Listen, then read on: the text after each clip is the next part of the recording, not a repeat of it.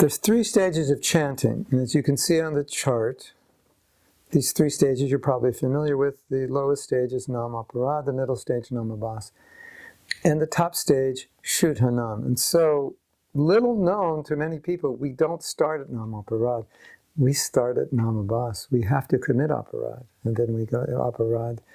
And that will be destructive for our bhakti and for our chanting. But the goal is Suddhanama. And I want to explain each stage, but I'd like you just now to meditate on this chart, because each stage is it's like a pathway. And so that pathway leads to Suddhanama. And Suddhanama, pure chanting, leads to love of Krishna. So the goal, every morning when we're chanting, we can think in the back of our mind, the goal of my next mantra is Shuddha, to be pure. But of course, the paradox is I need to be pure to chant pure. But chanting with the effort to be pure will purify me.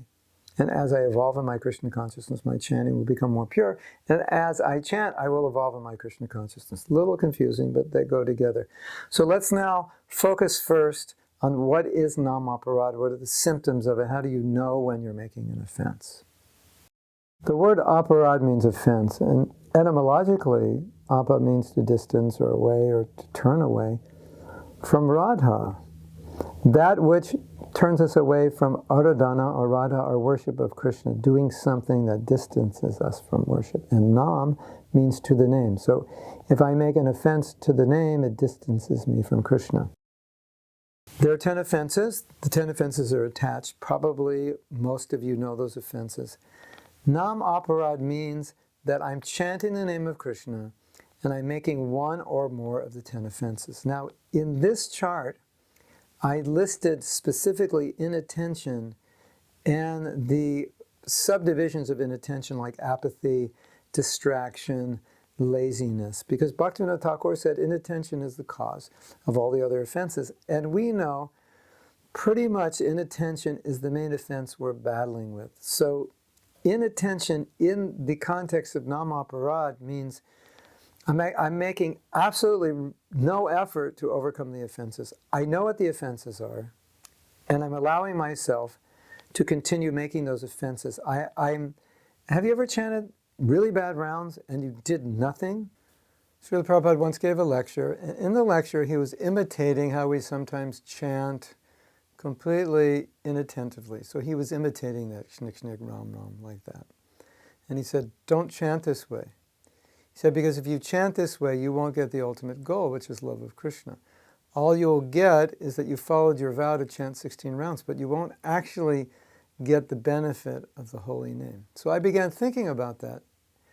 And then I came up with an idea, a concept called courtesy japa. And courtesy japa means that I have 16 rounds to chant. So somehow or other, I get those 16 rounds done out of a courtesy to the number. Not quality rounds, not chanting properly, but just chanting to get the number done.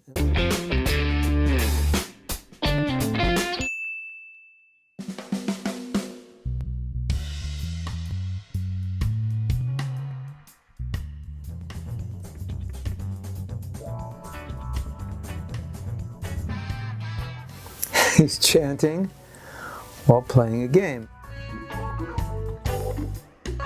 Now, why would you do that?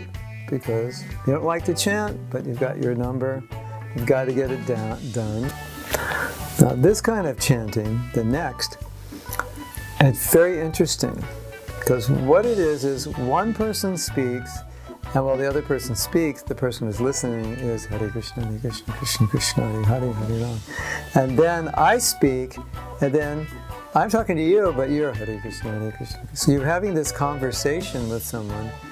While they're speaking, you're chanting. While you're speaking, they're chanting. Amazing. You get so many rounds done just by talking. It's so painless. You don't have to go through the pain and the boredom of chanting japa. You can just talk your way through it.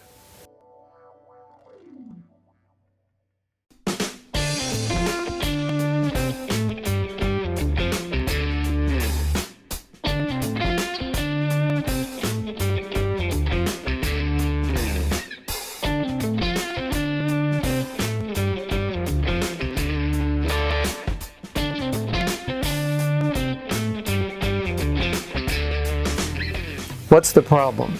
Well, there's really not a problem of driving and chanting if there's no one on the road. and you don't have to concentrate. And I've done that, and I can say honestly, I can actually chant good rounds at 3 in the morning, driving down a highway with no cars. I can't see anything, it's dark. I can only just chant. But when you're driving on a street during the day, normal traffic, you have to concentrate on the traffic. And you can't concentrate on your japa.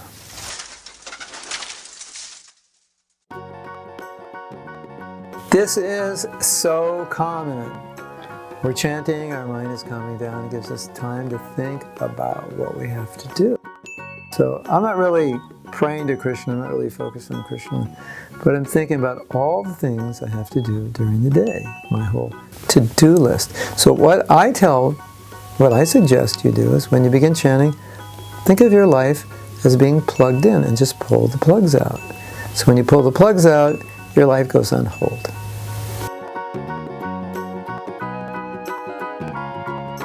What's wrong with reading? Nothing. Just read if you want to read. But if you're going to chant, chant.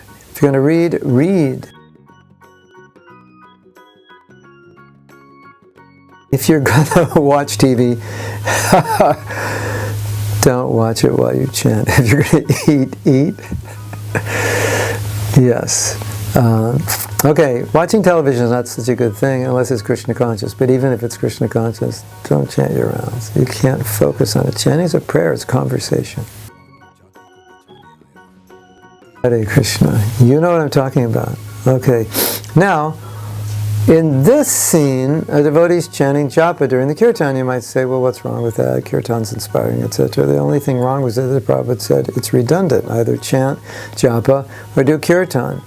So if you have japa to chant, don't go in the temple during kirtan. Because how can you really focus and really hear and really get into it? Just like during japa in the morning, we don't have kirtan going on. Now our friend is no longer gaming, but he's WhatsApping. Well, you could WhatsApp or Facebook or WeChat or do so many things. So I joke that the 11th offense is to have your phone on when you're chanting. Have you ever done that and you don't care? You're just apathetic. I don't like this. I just want to get my rounds done. That's a symptom of laziness and apathy that comes under inattention, the 10th offense. So, Namaparad, strictly speaking, as the chart says, we're chanting, but we're not trying to avoid the offenses. We're allowing ourselves to make the offenses. Of course, if you don't know the offenses, then it's Namabhasa. It's the next stage. But once we become devotees, and we're practicing to learn how to chant properly, we have to learn what the offenses are so we can consciously avoid them. Because you might say newcomers chanting Namabhasa, but they'll never get to Suddhanama just by haphazard chanting and joking and making fun, although that is Namabhasa. But Namabhasa for us is different. Let's go look at the Chart of Namabas. Abhas means reflection.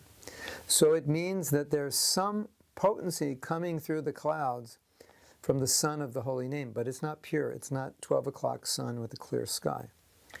It's more like sunrise or sunset, reflection of the sun. So we're getting some reflection of the holy name. And what does that mean? In the stage of Namaparad, there is no spiritual advancement. You only get some material benefit. It would be considered a pious activity to chant Hare Krishna, although it's with offense. But because it's with offense, there's no spiritual benefit. On the stage of Namabhasa, there is benefit. There is purification. There is the elimination of anarthas. It's moving us towards Suddhanama. We'll never get to Suddhanama from Namaparad. But Namabhasa, it has various stages, and when we're coming to the higher stage of Namabhasa, we're entering the stage of Suddhanama. So it's Namabhasa where we're becoming purified. And what Namabhasa is, and we should be clear about this, Namabhasa is, according to Srila Bhaktisiddhanta Saraswati Thakur, it's the chanting of the holy name, making an effort to avoid the 10 offenses, making an effort, but it doesn't mean always you will perfectly avoid the 10 offenses, but it means you're making an effort. There's a story. Giriraj Swami tells us that he was chanting and his mind was wandering, and he asked Prabhupada, is it offensive if my mind is wandering? And Prabhupada asked him one question. He said, are you trying to control your mind? And Giriraj Swami said, yes, Srila Prabhupada, I'm trying. And Prabhupada said, if you're trying, it's not an offense. And that coincides with what Srila Bhaktisiddhanta Saraswati Thakur said. If you're trying to avoid the 10 offenses, that is the Namabhasa stage. And so that is the stage where we become purified, we become elevated, and Namabhasa will take us eventually to the stage of Suddhanama. It brings us through the stages of Bhakti, Bhajana Kriya, Anartha Nivritti, Nishta. And Bhaktivinoda Thakur said Nishta can be seen as the first stage of pure chanting. Now, most of us think, well, pure chanting is very elevated, more in the stage of bhava or prema. That's also true. But because it's a continuum, when we're coming to the end of Namabhasa and the beginning of Suddhanam, around the stage of Nishta and Ruchi is really where it begins. Nishta coincides with the definition of pure devotional service, which is anyabhilashita sunyam. I'm serving Krishna only for his pleasure. So if I'm chanting only for Krishna's pleasure, there's no material desire, there's no offense, I just want pure bhakti. That's the beginning of Shuddhanam, not the full manifestation, it's the seed. Shuddhanam, what is Shuddhanam? That is the pure chanting, where we're totally absorbed in prayer, dedication, devotion. There's no material desire, there's no asking anything from Krishna. If I'm asking something material, that's still considered offensive chanting. It's not pure. If I'm not completely absorbed, if I'm still somewhat inattentive, it's not pure. When the heart is pure and I only want pure love of Krishna, and I'm absorbed in those 16 or more rounds, then that's the beginning stage of Shuddhanam. And as we come to Ruchi, Asakti, Bhava, and Prema, the full-blown, well, Prema is the result of Shuddhanam. So we're always praying that we can come to the stage of Shuddhanam, chant purely. Every round we're chanting, Krishna, please, can I chant this purely? Because the seeds of love will start sprouting very quickly if we chant purely. Now, what are some of the symptoms of Namabhasa? Bored, don't want to chant, it's drudgery, you don't look forward to it. Sometimes you don't finish your rounds because you just don't like it. It's just, probably I like kirtan, but I don't like chanting. Japa, I just don't like it. Not a good sign. It's the same Hare Krishna mantra. You've noticed that, right? In kirtan and japa, it's the same mantra, right? In a different context. But it's not a good sign if we don't like japa. That we should take note of that. On the second stage, generally, taste will develop. There'll be some taste. So as you're evolving to the higher stages of Namabhasa, when you finish your rounds, you want to keep chanting. On Namaparad, when you finish your rounds, you have a big party. Oh, hooray, hooray, I finished my rounds. I don't have to chant for like 18 more hours. That feels really good. That's unfortunate, but that's how we feel. Stage of Namabhasa, there's a little taste. Maybe I'll chant some more rounds, 25 today. Maybe I'll chant another 16. We like to do that. On the stage of Shuddhanam, it's really hard to stop chanting. We just have a very strong taste, not only for the holy name, but for everything in Krishna consciousness. So we want to come to that level. Don't torture yourself by committing offense to the holy name. It takes away your taste. And let's always remember that most of the 10 offenses are committed not when we're chanting, offending devotees and other misconceptions. So be very careful. Be nice to the devotees. Don't speak ill, because Krishna's name doesn't like it when we offend the devotees. So I hope you've got some basic understanding of the 3 stages. Most of us are working within the Namabhasa stage. Sometimes we make offense, but our goal we should focus on is to come to Shuddhanam, chanting purely for the pleasure of Krishna. For what reason? To become a pure devotee, to render pure devotional service, to be empowered by Krishna, to never dance again with Maya, but only dance with Krishna.